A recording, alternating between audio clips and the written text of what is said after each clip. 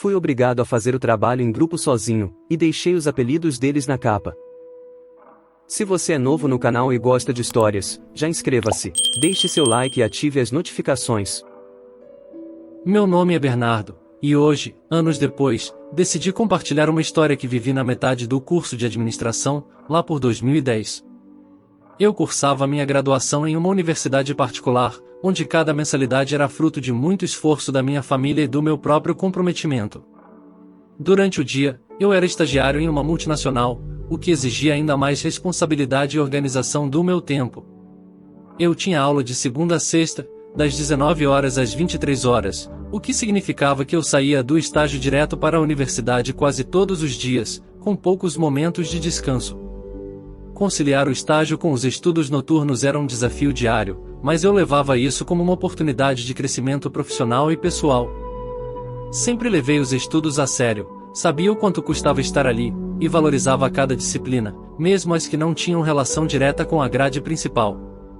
O curso de administração exigia 3 disciplinas eletivas em outras áreas, justamente para ampliar a visão e permitir um contato com outros campos do conhecimento.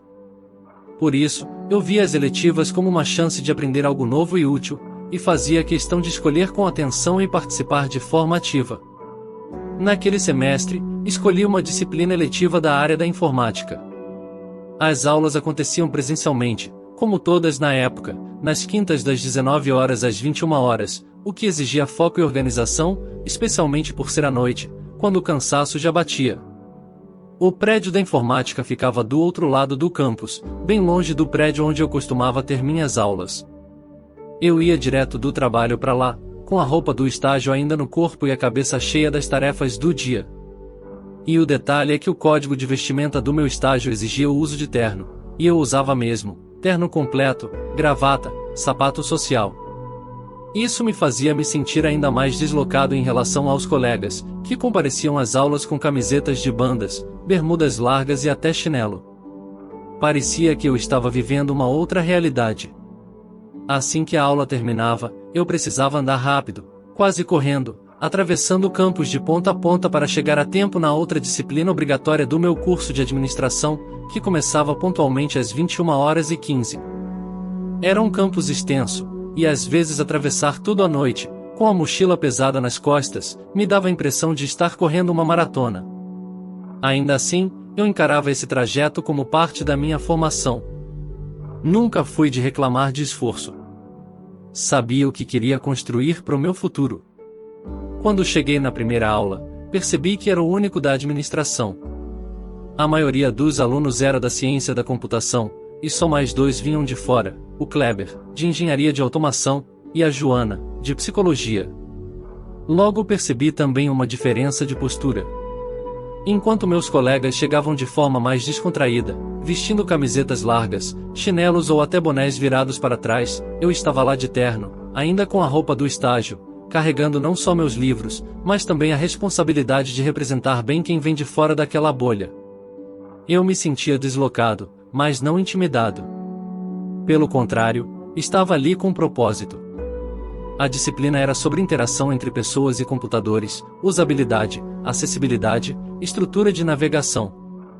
O conteúdo poderia parecer técnico, mas era apresentado de forma extremamente acessível e envolvente pelo professor Joaquim, um senhor com seus 50 e poucos anos, currículo de peso, ex-consultor de multinacionais e uma didática tão prática que fazia a gente reparar até nos botões de um site de supermercado. Ele tinha uma fala firme, sabia envolver a turma com perguntas e exemplos do cotidiano, e eu gostava disso. Me deixava com vontade de aprender.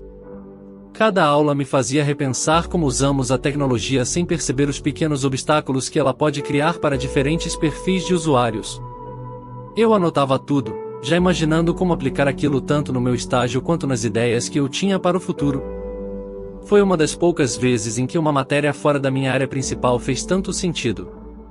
Só que tinha um detalhe que logo me chamou a atenção: os alunos da informática pareciam não dar qualquer importância àquela disciplina. Eu ouvia pelos corredores comentários como: essa aí é só para garantir os créditos, ou tiram 6 e tá ótimo. Eles tratavam a matéria como se fosse um favor que estavam fazendo em aparecer, e muitas vezes nem isso. Alguns chegavam atrasados, saíam mais cedo, ou simplesmente ficavam desenhando ou jogando no notebook durante toda a aula. Enquanto isso, eu estudava. Lia o conteúdo com atenção, me aprofundava nos temas discutidos, fazia anotações detalhadas e pesquisava além do que era passado em sala. Eu via naquela disciplina uma oportunidade de ampliar meu repertório profissional, e sabia que mesmo as matérias que pareciam mais distantes do meu campo podiam fazer diferença no futuro. Estava pagando para estar ali, cada aula era um investimento, um compromisso comigo mesmo e com minha formação. Por isso me incomodava tanto ver a maneira leviana com que tratavam a disciplina.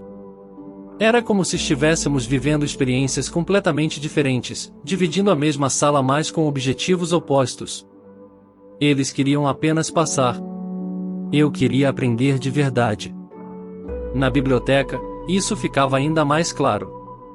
Os mesmos rostos que eu via na sala estavam enterrados em livros pesados de álgebra linear, lógica, estruturas de dados, engenharia de software.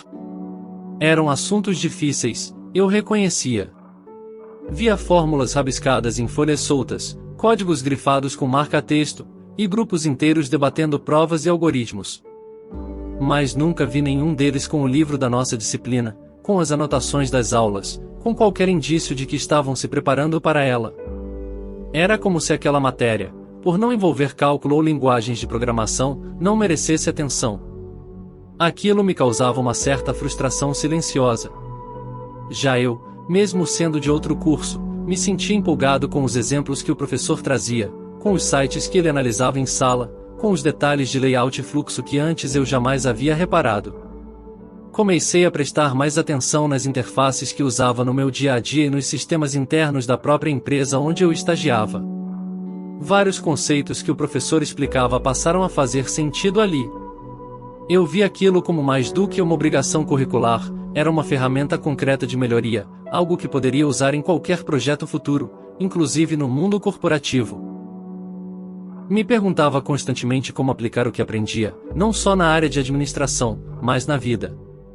E essa pergunta me acompanhava toda vez que eu abria o caderno, sozinho, num canto da biblioteca, enquanto do outro lado os grupos resolviam questões de cálculo sem nem lembrar que havia outra matéria pedindo por atenção.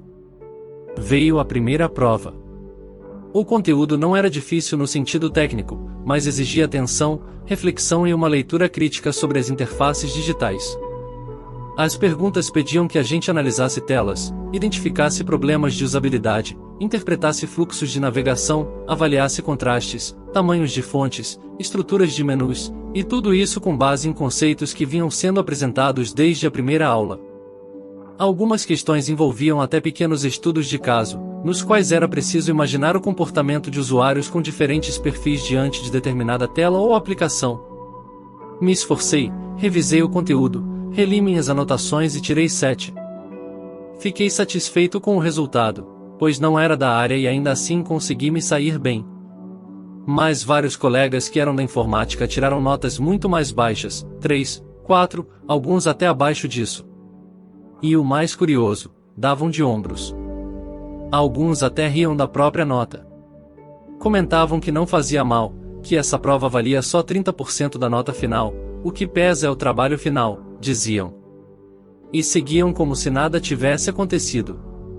Foi nesse momento que comecei a entender o tipo de desafio que estava por vir. Quando o Joaquim falou que seriam grupos de 5 pessoas, deu um frio na barriga. A turma tinha encolhido para 25 alunos, e como eu era um peixe fora d'água, acabei sobrando e fui colocado com um grupo qualquer.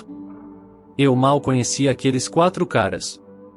Eles se conheciam entre si, riam entre as falas do professor, faziam piadas internas e pareciam se sentir à vontade demais. Eu, com meu terno e pastinha organizada, claramente destoava daquele ambiente. Mas o que mais me incomodou não foi o comportamento informal, foi a postura com o trabalho.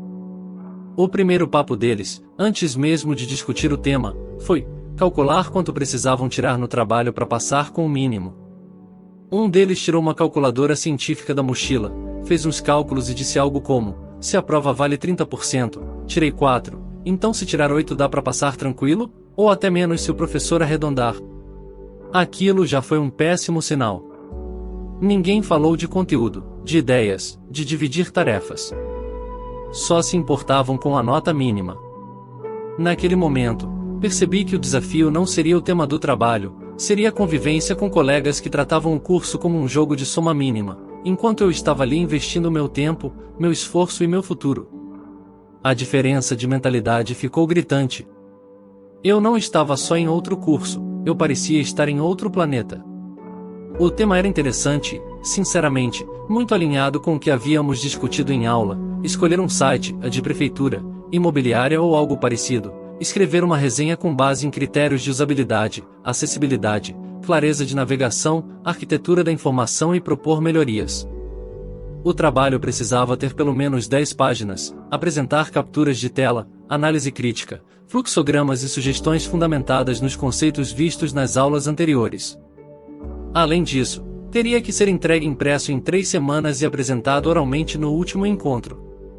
Simples. Para quem se comprometesse, talvez. Mas para mim, naquela situação específica, não. Porque a colaboração que eu esperava nunca veio. Eu tinha esperança de que, com um tema tão concreto e um prazo razoável, os colegas se animassem. Que a partir daquele momento a postura deles mudasse. Mas o que encontrei foi silêncio, descaso e evasivas. Percebi rapidamente que teria que escolher: ou entregava um trabalho que representasse o padrão medíocre que alguns aceitavam, ou assumia sozinho a responsabilidade e mostrava o que eu era capaz de fazer. No mesmo dia, cheguei em casa, ainda com o terno do estágio, e antes mesmo de tirar os sapatos, sentei na frente do computador e escrevi um e-mail para os 4 colegas. Escrevi de forma clara, educada, propondo que definíssemos juntos qual site seria analisado e que começássemos a dividir as tarefas. Incluí o link de um Google Docs para que todos pudessem colaborar de maneira simples. Mandei o e-mail para os endereços que eles tinham anotado num pedaço de papel no final da aula. Esperei 2 dias. Nada. Nenhum recebido. Olhei até na caixa de spam, como quem torce para ter sido ignorado por engano. Mas não, silêncio absoluto. Comecei a me questionar se tinha mandado certo. Mas sabia que o problema não era comigo. Na aula seguinte, reuni coragem e, antes que o professor chegasse, tentei abordar o grupo. Falei que a entrega se aproximava, e que precisávamos decidir o que fazer.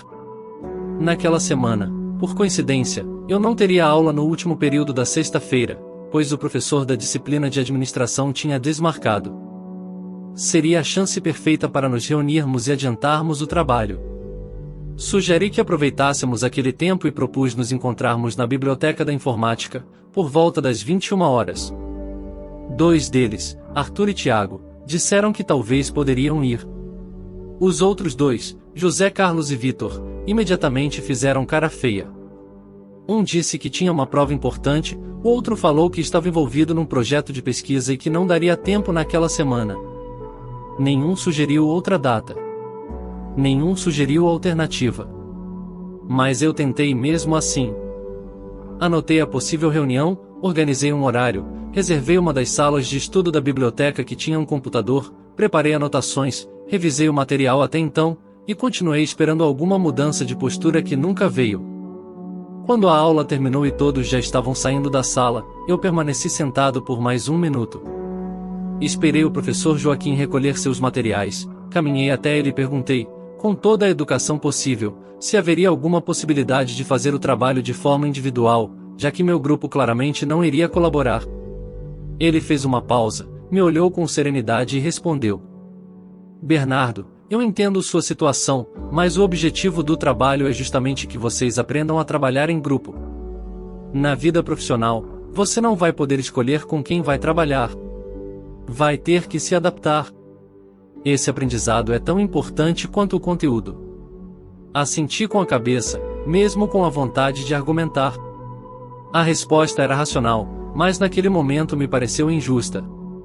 Ainda assim, agradeci, me despedi e saí da sala com uma mistura de frustração e determinação. Se era para aprender algo, eu aprenderia. Nem que fosse a trabalhar com quem não trabalha. Na sexta, fui para a biblioteca da informática como combinado. Cheguei com antecedência, como sempre. Peguei um livro da disciplina, Sentei numa das mesas e comecei a revisar minhas anotações, acreditando que talvez, dessa vez, eles apareceriam. O relógio marcou 21 horas, nada. Esperei mais um pouco, tentando manter a esperança. 21 horas e 15, silêncio. 21 horas e 30, ninguém apareceu. Guardei meu material devagar, frustrado. Senti um peso no peito, não era só raiva, era uma mistura de decepção e sensação de estar sendo feito de bobo. Peguei minha mochila, desci as escadas da biblioteca e fui caminhando lentamente até a parada de ônibus. O campus estava tranquilo, o vento da noite batia no rosto, e eu estava esgotado. E foi ali, ao atravessar a calçada, que meus olhos foram atraídos por um bar do outro lado da rua, um daqueles com mesinhas de plástico espalhadas pela calçada, luz amarelada e som de gargalhadas. Lá estavam eles. Os 4. Arthur, Tiago, José Carlos e Vitor. Sentados, rindo alto, despreocupados. Na mesa, havia pelo menos umas 10 garrafas de cerveja já abertas. Estavam acompanhados de mais umas 5 ou 6 pessoas. Um deles contava alguma história em voz alta, enquanto os outros gargalhavam com copos na mão. Alguns fumavam, soltando a fumaça devagar enquanto se inclinavam sobre a mesa para ouvir melhor as piadas. O cheiro de cigarro e álcool invadia a calçada e se misturava com a fumaça da fritura que vinha da cozinha do bar. Eles pareciam estar ali há horas. Tinham feito questão de aproveitar a noite livre, não para estudar, mas para beber, fumar e comemorar o que quer que fosse. Eu, do outro lado da rua, de mochila nas costas, ainda com o terno amarrotado do estágio, segurando o livro que tinha lido sozinho na biblioteca, fiquei parado por alguns segundos. Me senti ridículo. Invisível. Um espectador de uma peça em que eu nunca teria lugar. Eu conseguia ouvir tudo o que falavam. As conversas giravam em torno de futebol, de apostas, de quem ia ganhar o clássico do domingo, e depois começaram a comentar sobre as alunas do curso de Direito, fazendo piadas e comentários grosseiros. Estavam embriagados, falavam alto, gargalhavam de forma exagerada. Aquilo me dava um nó no estômago. Eu, ali, ainda com o conteúdo da disciplina rodando na cabeça, e eles comemorando como se não houvesse nada a ser entregue. Felizmente, o ônibus chegou em menos de 5 minutos. Eu não aguentava mais sequer ouvir aquelas conversas. Entrei, sentei na janela e fiquei olhando o campus sumir pela lateral do vidro, me perguntando como as pessoas conseguiam ser tão alheias à responsabilidade que tínhamos em comum. Aquilo me deu raiva, mas me deu motivação também. Foi como acionar um gatilho interno. Cheguei em casa ainda com os olhos pesados do dia puxado, tirei o terno, coloquei uma roupa confortável, preparei um café forte e sentei à frente do computador. Eu sabia que não poderia contar com ninguém, então resolvi fazer o trabalho como se fosse só meu, porque, na prática, era mesmo. Escolhi o site de uma prefeitura de médio porte, daqueles que tentam fazer tudo ao mesmo tempo, fornecer informações institucionais, oferecer serviços digitais e ao mesmo tempo manter um layout moderno, mas que acabam sendo confusos. Comecei pelas capturas de tela, documentando todas as seções, todos os fluxos. Fiz uma análise minuciosa da acessibilidade, avaliando o contraste de cores, o tamanho das fontes, a densidade das informações por tela, a responsividade. Mapeei o fluxo de navegação com base na perspectiva de diferentes perfis de usuários, idosos, pessoas com deficiência visual, cidadãos com pouca familiaridade digital. Registrei observações e sugestões para cada ponto crítico, cruzando com os conceitos que o professor vinha reforçando nas aulas. No dia seguinte, voltei ao trabalho. Escrevi sobre a estrutura do site, a organização dos menus, a lógica das abas internas, a ausência de hierarquia clara entre os conteúdos. Depois identifiquei os principais problemas, e por fim, redigi a conclusão, apontando o que poderia ser melhorado e justificando cada sugestão. Em 5 dias, estava com 28 páginas feitas, completas, organizadas, com embasamento técnico e acadêmico. Fiz questão de revisar cada linha, reordenar trechos para garantir fluidez, padronizar toda a formatação nas normas da ABNT, e até corrigir pequenos deslizes de português. Tinha orgulho daquele material. Era mais do que um trabalho, era uma resposta. O problema é que o trabalho era em grupo. E a capa, como manda a ABNT, precisava ter os nomes de todos os integrantes. Mas eu não tinha nem os nomes completos deles. Durante o semestre, nunca nos apresentamos formalmente, só trocamos os primeiros nomes e, no máximo, apelidos. Eu só tinha os e-mails que eles haviam anotado num pedaço de papel e me entregado no dia da formação dos grupos. E como os endereços de e-mail eram totalmente aleatórios e informais, com apelidos dignos de salas de bate-papo, eu acabei colocando isso mesmo. Ficou. Primeiro meu nome, Bernardo de Souza, depois, Zeca Golhardor, Vitinho Pikachu, Arthur King Size e Tiaguinho Bruxo.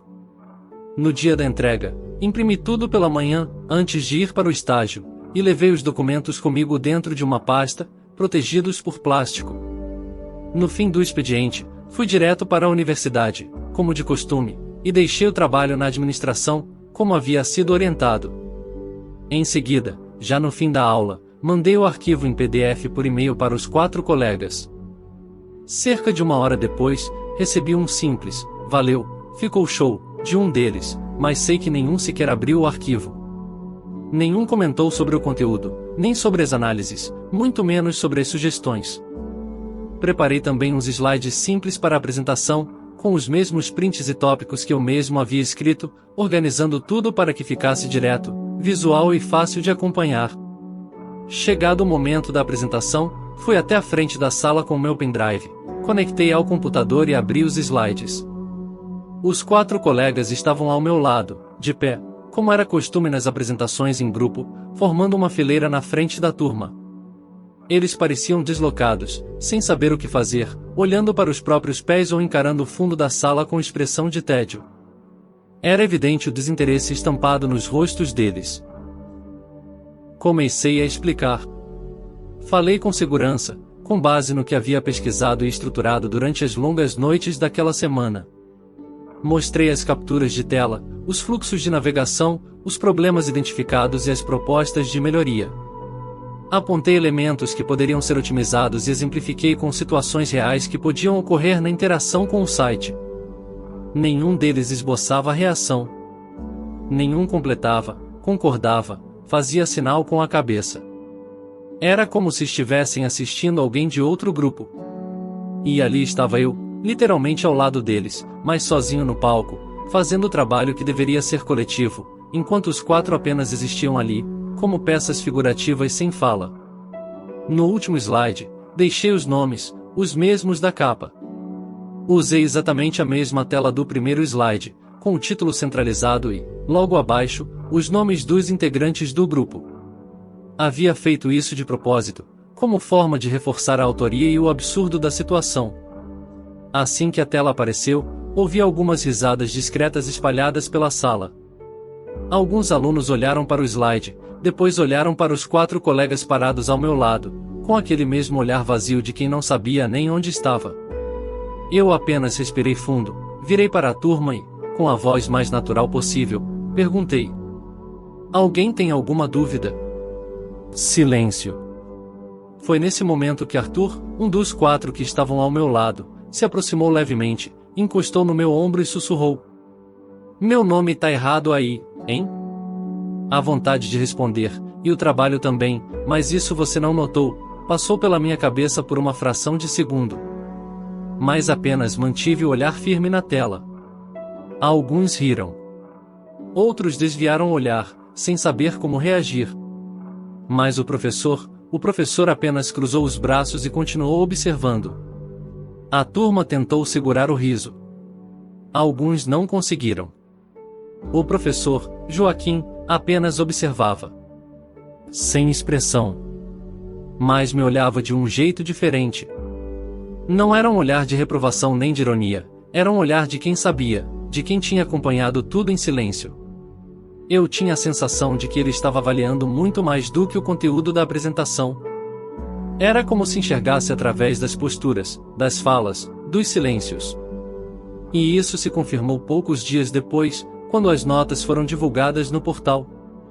Eu tive um 10 no trabalho e fechei o semestre com nota 9. Foi mais do que uma satisfação pessoal, Foi o reconhecimento de todo o esforço feito às escondidas, das noites em claro, da solidão diante de uma tarefa que deveria ser compartilhada. Dos 4 colegas, 2 reprovaram direto. Os outros 2 ainda foram para a recuperação e passaram com a nota mínima. Aquilo deixou claro que o professor havia diferenciado não apenas o conteúdo entregue, mas a entrega de verdade, aquela que só quem estava prestando atenção do início ao fim conseguiria perceber. No dia seguinte à divulgação, recebi um e-mail do professor Joaquim, curto, direto, mas que significou muito para mim. Bernardo, essa foi a primeira vez que dei notas diferentes no mesmo grupo. Você merece. Obrigado pelo esforço. Na hora me emocionei. Foi como se todo o peso das semanas anteriores tivesse sido reconhecido em poucas linhas. Respondi agradecendo, com uma mensagem breve, mas sincera, e fiz questão de anexar o primeiro e-mail que mandei aos colegas, ainda lá no início do processo, convidando para começarmos o trabalho. Não era um desabafo, nem uma tentativa de justificar nada. Era apenas uma forma silenciosa de mostrar que eu havia tentado, que fiz o possível desde o começo. Que minha intenção sempre foi colaborar, e não competir. Aquilo bastou. Me senti aliviado, compreendido, e finalmente em paz com tudo o que havia acontecido. Nunca mais tive notícias deles. Não cruzamos mais nos corredores, não dividimos mais nenhuma aula. Foi como se aquela apresentação tivesse sido o último ponto de contato entre nossos mundos. Mas aquela experiência deixou marcas profundas em mim. Me ensinou que, mesmo no ambiente universitário, onde todos teoricamente deveriam estar em busca de crescimento e aprendizado, nem todos encaram isso com o mesmo compromisso. Alguns estão ali apenas para cumprir tabela. Outros, para verdadeiramente construir algo. Me ensinou também que vale a pena se dedicar, mesmo quando ninguém está olhando. Porque, às vezes, alguém está sim. E reconhece.